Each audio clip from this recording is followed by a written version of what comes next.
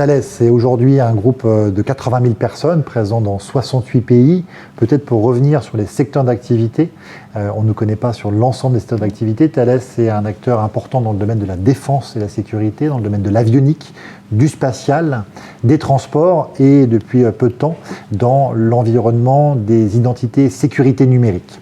Thales, en termes de métiers, on va retrouver l'ensemble des métiers que l'on peut retrouver dans d'autres entreprises. On a ce qu'on appelle des familles professionnelles, des familles de métiers, 15 familles de métiers, mais je vais peut-être faire un focus spécifique sur les métiers pour lesquels nous avons le plus de besoins aujourd'hui.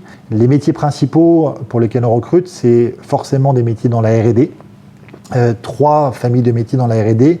La première, logiciel. Alors c'est un vaste ensemble. Le logiciel chez Thales, c'est à la fois l'embarqué, c'est à la fois les grands systèmes avec des nouvelles technologies, c'est des enjeux très importants pour nous autour de l'intelligence artificielle, du big data, de la connectivité, de la cybersécurité, jusqu'à tout ce qui est attrait à la SIT. Une famille de métiers plutôt matérielle, la R&D matérielle, où on va retrouver évidemment beaucoup d'électronique, comme vous l'avez dit, mais pas que, des hyperfréquences, du traitement du signal, de la mécatronique, de l'optique, de l'optronique. Donc vraiment un vaste champ de technologie. Et puis une famille de métiers, on y reviendra peut-être quand on parlera d'évolution, autour de l'ingénierie système, pour des profils qui vont au cours de leur carrière évoluer sur des environnements système. 3 familles de métiers R&D donc, et on peut évoquer aussi bien sûr tout ce qui a trait au service client, au support, très important pour nous dans nos environnements, métier peu connu mais passionnant, avec beaucoup de dimensions internationales. La production. L'ensemble des familles que je vous ai citées, c'est plus de 70% de nos recrutements. Donc majoritairement dans ces environnements R&D, industrie, support, management de projet, management d'offres. Voilà, donc c'est vraiment le cœur, de notre activité et 2, le cœur de nos recrutements en France et à l'international. Que pense Thales des ingénieurs ESPCI ? Alors, que du bien.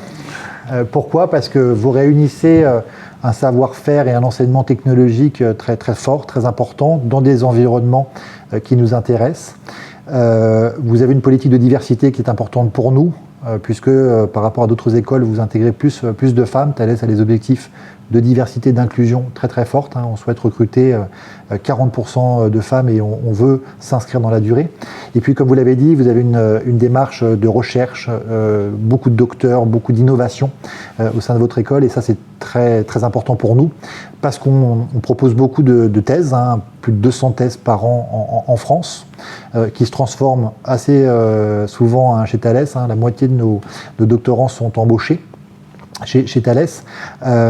Et évidemment, comme vous l'avez dit, on est une société avec une dimension très très forte autour de l'innovation, des hautes technologies, et que les profils de l'ESPCI dans son ensemble, à travers l'enseignement, mais aussi les docteurs, vont correspondre à nos besoins. Et ce sont des collaborateurs d'ailleurs qui, en intégrant Thales, vont pouvoir évoluer, notamment dans les familles de métiers. Ça, c'est très important. On est très soucieux de l'évolution de nos collaborateurs. C'est notre ADN au niveau de la politique ressources humaines, faire grandir nos collaborateurs sur à la fois des familles de métiers. On en parlait aussi des secteurs d'activité et la dimension internationale de plus en plus.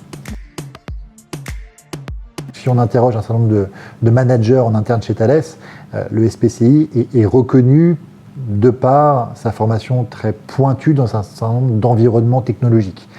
Et ça, pour nous, c'est une garantie, de par nos missions, que ce soit pour un emploi en CDI ou pour une thèse, d'aller chercher des profils de l'ESPCI qui correspondent à ce qu'on le recherche. Parce que quand on recherche un profil chez Thales, on s'attend à 2 choses, un savoir-faire, de la technicité dans un environnement donné, que vous avez pu citer, et un savoir-être.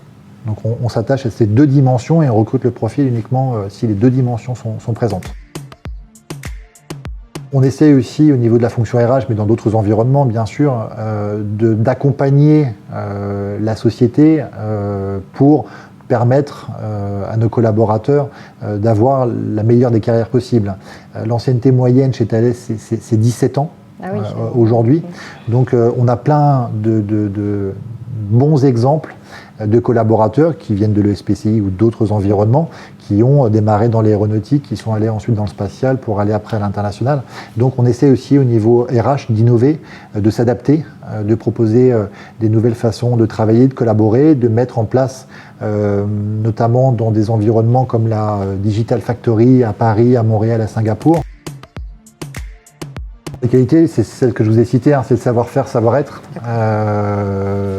Donc les conseils que j'ai plus à donner aux jeunes diplômés qui vont être amenés à chercher un poste, c'est de ne pas se tromper à travers des découvertes qu'ils ont pu faire, des projets, des stages, sur l'environnement dans lequel ils vont travailler, parce que parfois c'est compliqué de changer d'environnement. Donc c'est bien de bien se renseigner en amont sur ce qu'ils ont envie de faire. Est-ce qu'il faut faire une thèse ou pas? Nous, on est une entreprise qui recrute bien évidemment les deux types de profils. Donc la thèse n'est pas forcément obligatoire pour venir chez Thales. Elle apporte un plus, mais d'autres expériences vont apporter un plus. Donc c'est bien de se renseigner. Et le deuxième message fort que je veux faire passer, c'est, en tout cas pour Thales, c'est que nous, on souhaite recruter des ingénieurs qui ont envie de faire de la technique. Voilà, on ne rentre pas chez Thales pour gérer un projet, ou rarement au bout de 6 mois. On va travailler quelques années dans des environnements R&D à haute technologie, et par la suite, on va pouvoir évoluer. Et ça, c'est important. On a besoin d'ingénieurs, des hommes, des femmes qui ont envie de faire de la technique, qui aiment faire de la technique et qui vont évoluer par la suite.